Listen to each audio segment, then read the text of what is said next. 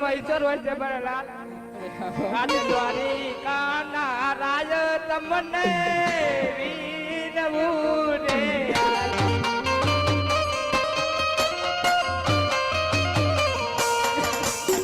અને આ તમારી રાજા કરીને દાદાવી